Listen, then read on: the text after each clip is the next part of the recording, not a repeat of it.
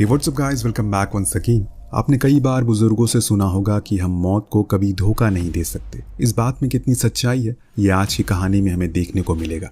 कहानी की शुरुआत होती है एक कपल को दिखाते हुए, लड़की जिसका नाम आयरिश है और लड़का पॉल जो कि उसे एक सरप्राइज देने के लिए कहीं ले जा रहा है। पॉल उसे स्काई व्यू टावर पर लेकर जाता है जो शहर का सबसे ऊंची बिल्डिंग होती है और आज रात इसकी ओपनिंग है, लेकिन पॉल ने कुछ जुगाड़ लगाकर इसका इनविटेशन ले लिया। अब जब आयरिश इस सरप्राइज को देखती है तो बहुत खुश होती है। वो दोनों ही लिफ्ट से ऊपर जाते हैं, लेकिन आयरिश जब से यहाँ पर आई है उसे कुछ अजीब सा महसूस हो रहा है, मानो कुछ अनहोनी होने वाली हो। कहानी आगे बढ़ती है, वो टावर के टॉप पर पहुँचते हैं और यहाँ पॉल को पता चलता है कि उसकी तो कोई रिजर्वेशन है ही नहीं। ये जानकर उसे काफ़ी एम्बैरेसमेंट होती है, पर आयरिश इस चीज़ को संभाल लेती है और वो उसे टावर से पूरे शहर का व्यू देखने को कहती है, जो कि काफ़ी शानदार था। यहाँ में एक और चीज़ पता चलती है कि आयरिश को ऊंचाई से काफ़ी डर लगता है और इसी वजह से वो थोड़ा घबरा जाती है। लेकिन तभी उसके पास उस बार की सिंगर आती है जो अपने बेटे के साथ यहाँ आई थी। वो जब आयरिश को परेशान देखती है तो इसकी वजह पूछती है, तो आयरिश यहाँ एक सच बताती है कि वो प्रेग्नेंट है, लेकिन अभी तक उसने इस बारे में पॉल को कुछ नहीं बताया। उसे डर है कि कहीं इस बात से वो गुस्सा ना हो जाए, बट वो सिंगर उसे समझाती है कि तुम्हें इस बारे में अपने बॉयफ्रेंड को बता देना चाहिए। इधर दूसरे सीन में पॉल आयरिश को लेकर टावर की छत पर जाता है और उसे प्रपोज कर देता है। जी हाँ दोस्तों, यही सरप्राइज था उसके लिए, इसीलिए वो यहाँ आया था। अब आयरिश ये देखकर बेहद खुश होती है और आज फाइनली उसे वो अपनी प्रेगनेंसी के बारे में भी बता देती है, जो जानकर पॉल उससे ज्यादा खुश होता है। तभी उसके साइड में एक बच्चा था जो एक कॉइन से खेल रहा था। वो बार बार उस कॉइन को नीचे फेंक रहा था, तो एक गार्ड आकर उसे डांटता है, लेकिन वो बच्चा बहुत शरारती होता है। वो फिर से वही हरकत करता है और इस बार वो जैसे ही कॉइन को नीचे फेंकता है, जो जाकर एक एसी फैन में अटक जाता है। इधर नीचे सभी लोग एंजॉय कर रहे थे कि तभी वहाँ की फ्लोर की ग्लास क्रैक होने लगती है और धीरे धीरे करके वो टूट जाता और बहुत सारे लोग सीधा टावर के नीचे गिरते। उनकी मौत हो जाती है। इसमें पॉल भी शामिल था। वो एक ग्लास को पकड़कर लटका हुआ था, लेकिन ज़्यादा देर नहीं, उसकी मौत भी उसे खींच लेती है।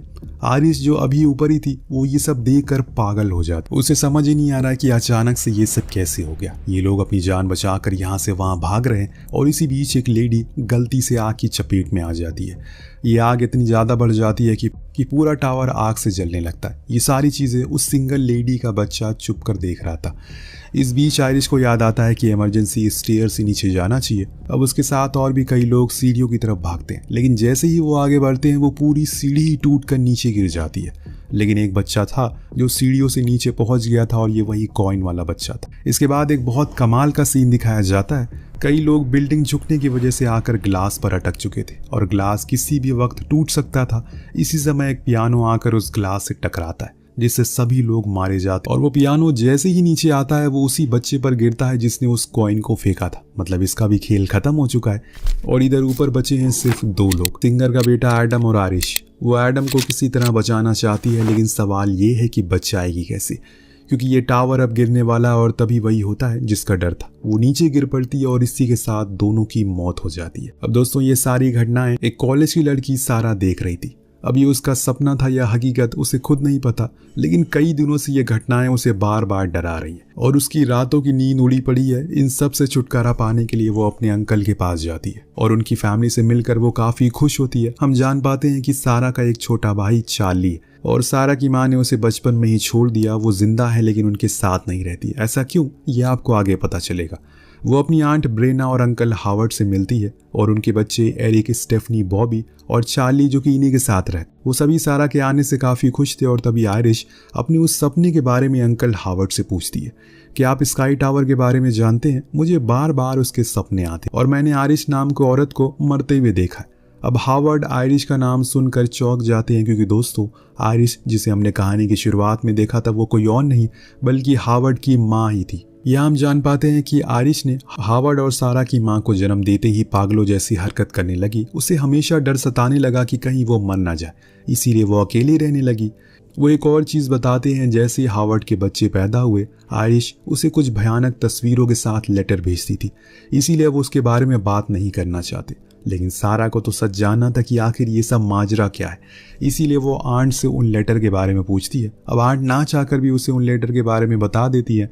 जब सारा उन लेटर का एड्रेस देखती है तो सीधा आयरिश के घर पर पहुंचती है, जो कि शहर से किसी वीरान कोने में था। ऐसा लग रहा है कि वो किसी से बचने की कोशिश कर रही है। वेल पहले तो आयरिश उसे अंदर आने नहीं देती, लेकिन जब उसे पता चलता है कि वो उसकी ग्रैंड डॉटर है तो वो उसे अंदर बुलाती है।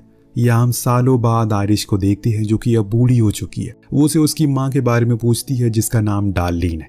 सारा कहती है कि मुझे नहीं पता, अब वो मेरे साथ नहीं रहती। अब यहाँ सारा उसे सारी कहानी समझाती है, अपने सपने के बारे में भी बताती है। तब आयरिश उसे अतीत में ले जाती है और बताती है कि उस दिन जो हादसा हुआ वो एक फ्यूचर था जो मैंने पहले से देख लिया था। अब जो कि मुझे पहले से पता था कि क्या होने वाला है, इसीलिए मैंने सभी को वार्न कर दिया और उस दिन सभी की जिंदगियों को बचा लिया, जिसके बाद उस स्काई टावर को हमेशा के लिए बंद कर दिया गया। लेकिन कहानी वहाँ ख़त्म नहीं होती। मैंने उस हादसे को तो रोक लिया, लेकिन मैं मौत को रोक नहीं पाई। वो कई साल बाद वापस आई और एक एक करके सभी को लेने के लिए जिन्हें मैंने उस रात बचाया था। मौत ने उन सभी को मार दिया, साथ में मेरे पॉल को भी। मैं तुम्हें बता दूं कि जब तक मौत अपना काम पूरा नहीं करेगी वो बार बार आती रहेगी। मैंने सालों से इस पर रिसर्च करी और मैं उसी वजह से बचती हुई आ रही, लेकिन अब जाकर मुझे एक भयंकर बीमारी हो गई है। तो सारा पूछती है लेकिन मैं इन सब सपनों को क्यों देख रही हूँ, वो भी इतने सालों बाद। तो आयरिश कहती है कि हो सकता है कि मेरी मौत करीब है, इसीलिए अब तुम्हें ये सपने आ रहे हैं। ऐसा क्यों, ये आपको आगे पता चलेगा। आयरिश को हर पल डर रहता है कि कब मौत उसे लेने ना आ जाए, और इसीलिए वो इतनी सुनसान अकेली वाली जगह पर रहती है। वो सारा से कहती है अगर तुम्हें अपनी जिंदगी प्यारी है तो इस घर में तुम्हें रहना होगा। साथ में वो उसकी किताब भी देती है जिसमें उसकी सारी रिसर्च मौजूद थी, बट सारा को ये सब चीज़ें बकवास लगती है। अब वो सारी दुनिया छोड़कर यहाँ इस घर में हमेशा तो नहीं रह सकती, इसीलिए वो जाने लगती है। आयरिश भागते हुए उसे रोकने की कोशिश करती है, लेकिन जैसे ही वो अपने कदम बाहर रखती है उसे एहसास हो जाता है कि बाहर मौत उसका इंतजार कर रही है। अगर उसने कदम बाहर रखा तो मारी जाएगी, लेकिन अपनी पोती को बचाने के लिए वो ये जोखिम उठाती है और उससे कहती है कि ये किताब एक लाइफ लाइन है, ये तुम्हें सिखाएगी तुम्हें अपने परिवार को कैसे बचाना है, और अगर तुम अभी भी मुझ पर भरोसा नहीं कर रही हो तो अभी इसका सबूत तुम्हें मिल जाएगा। आयरिश उसे 2 कदम पीछे हटती है और तभी एक लोहे का सरिया आता है जो उसके चेहरे के आर पार हो जाता है। यहाँ दोस्तों, उसने सही कहा था, मौत उसका सालों से इंतजार कर रही है और आज वो इंतजार खत्म हुआ। अब सारा ये देखकर पूरी तरह से शॉक हो जाती है। अगले सीन में हम सभी परिवार वालों को आयरिश के फ्यूनरल में देखते हैं और यहाँ भी सारा उन्हीं सब चीज़ों के बारे में सोच रही थी। तभी वहाँ डार्लिन आती है। जी हाँ, सारा की माँ। आज इतने सालों बाद डार्लिन अपनी माँ आयरिश को अलविदा कहने आई थी। अब अंकल हावर्ड अपनी बहन के पास जाते हैं और इस दुख में उनका साथ देते हैं। इधर दूसरी तरफ सारा अपनी माँ से आज भी गुस्सा है, इसीलिए वहाँ से जाने लगती है। लेकिन चार्ली, उसका छोटा भाई, वो अपनी माँ के पास जाना चाहता और इसी को लेकर इन दोनों में बहस हो जाती है, जिसे सारा वहाँ से चली जाती है। अब घर आकर वो एक बार फिर से आयरिश के ही बारे में सोच रही थी और तब उसे वो किताब याद आती है जो आयरिश ने उसे दी थी। जब सारा उस किताब को खोलती है तो पूरी तरह से हिल जाती है, क्योंकि उसमें उसके पूरे परिवार की मौत की कहानी लिखी हुई थी। कैसे कैसे आगे जाकर उन सभी की मौत होगी, और ये जानते ही वो अंकल के घर की तरफ निकल पड़ती है। इधर अंकल और उनके बच्चे सभी एंजॉय कर रहे थे, तभी वहाँ पर डार्लिन आती है और हावर्ड उसका अच्छे से स्वागत करता है। यहाँ बॉबी के साथ एक हादसा भी होने वाला था, लेकिन डार्लिन उस हादसे को टाल देती है और इसी समय सारा भी वहाँ पहुँचती है, लेकिन उसने आने में देर कर दी। उसी पल अंकल हावर्ड का पैर फिसल जाता है। वो एक ग्रास कटर मशीन के नीचे आ जाते हैं, जिससे उनका पूरा चेहरा कुचल जाता है और वहीं उनकी मौत हो जाती है। इस मौत से पूरे परिवार को सदमा लगता है, लेकिन एक सारा ही थी जिसे पता था कि ये सब क्यों हो रहा है और अब आगे क्या होने वाला है। वो उस किताब को दोबारा खोलती है और अब बहुत गहराई से समझने की कोशिश करती है। सबसे पहले तो वो अपने परिवार का फैमिली ट्री बनाती है, साथ में उन सभी लोगों की जानकारी इकट्ठा करती है जो उस रात स्काई टावर में आयरिश की वजह से बच गए थे, लेकिन बाद में एक एक करके सालों तक मौत ने उनका पीछा किया और उन्हें अपने साथ ले गई। उसे एक और चीज पता चलती है कि सभी की मौत उसी ऑर्डर में हुई जिसे उस रात स्काई टावर पर वो मरे थे, यानी कि सबसे आखिर में आयरिश और एडम की मौत हुई और आज के समय में भी आयरिश सबसे आखिरी में मरी है। लेकिन आयरिश की मौत को इतने सालों तक इसलिए चकमा दे पाई क्योंकि वो पहले से तैयार थी उसके लिए। लेकिन सबसे बड़ा सवाल ये था कि आखिर इसमें अंकल हावर्ड की मौत क्यों हुई और इन सब बच्चों की क्या गलती। यहाँ इस कहानी का सबसे बड़ा ट्विस्ट खुलता है। अब जो कि दोस्तों, मौत को कई साल लगे इन लोगों को वापस ले जाने में, इसीलिए सभी लोग जो उस रात जिंदा बच गए उन्होंने शादी की, अपनी फैमिलीज बढ़ाई। लेकिन अगर सच में देखा जाए तो उनकी वो फैमिलीज आज के समय में होना ही नहीं चाहिए, क्योंकि उनके पूर्वज तो उसी रात मर गए थे। लेकिन जो कि आयरिश ने उन्हें बचाया, तो अब मौत उन सभी लोगों के साथ साथ उनके फैमिलीज, उनके बच्चों को भी साथ लेने के लिए आ रही है। और यही वजह है कि अंकल हावर्ड की मौत एग्जैक्टली आयरिश की मौत के बाद हुई, क्योंकि ऑर्डर के हिसाब से देखें तो आयरिश को पहले मरना था, इसीलिए हावर्ड और उनकी फैमिली अभी तक बचे थे। लेकिन जैसे ही आयरिश मरी, इन सब के पीछे मौत पड़ चुकी है। अब सवाल उठता है कि अंकल हावर्ड के बाद किसका नंबर है? तो सारा बताती है कि सबसे पहले एरिक का नंबर आएगा, फिर जूलिया का, फिर बॉबी का, इसके बाद मौत दूसरी ब्रांच पर जाएगी, मतलब कि डार्लिन पर, फिर उसके बच्चे यानी कि सारा और चार्ली। लेकिन आंट की मौत इसमें नहीं होगी, क्योंकि वो बाहर की है, उन्होंने बस हावर्ड से शादी की थी। मतलब जो इंसान बाहर का है वो नहीं मरेगा। आई होप आपको सारी चीज़ें समझ आ चुकी होगी। मौत इन सब को इसलिए मार रही है क्योंकि इसमें से किसी को इस दुनिया में होना ही नहीं चाहिए था। ये सब सुनकर आंट रोने लगती है, और एक तो पहले ही वो अपने हस्बैंड को खो चुकी हैं, और अब ये सब। अगले सीन में हम डार्लिन और सारा को एक साथ देखते हैं। अगले सीन में हम डार्लिन और सारा को एक साथ बातें करते हुए सुनते हैं। यहाँ सारा को समझ आ चुका है कि आखिर क्यों उसकी माँ ने बचपन में खुद से उसे दूर कर दिया। यही सब चीज़ें बार बार उसकी नानी यानी कि आयरिश डार्लिन को बता रही थी, जिस वजह से वो पागल हो चुकी थी और अपने बच्चों को बचाने के लिए डार्लिन उन दोनों से दूर हो गई। अब कहानी शिफ्ट होती है एरिक पर, जो अपनी शॉप पर था। वो एक टैटू आर्टिस्ट है। आज शॉप बंद करने के बाद वो बैठ जाता है वहीं पर, क्योंकि उसे आज अपने पिता हावर्ड की बहुत याद आ रही है। और इसी पल उसे सारा का मैसेज आता है, क्या सब कुछ ठीक है? फिलहाल तो वो ठीक है, लेकिन तभी वहाँ पर कुछ छोटी छोटी चीज़ें होने लगती है। कुछ सामान गिरने लगते हैं, और इसी में एक चेन ऊपर से सीधा एरिक के ऊपर गिरती है और उसकी ज़ुबान में फंस जाती है। सबसे बड़ी प्रॉब्लम थी, वो चेन पंखे में फंस चुकी थी। वो फैन जैसे जैसे घूमता है, एरिक उसमें उलझता जा रहा था, और इसी पल वहाँ आग भी लग जाती है। एरिक वो चैन तो निकाल लेता है, लेकिन तब तक आग पूरी शॉप में फैल चुकी थी।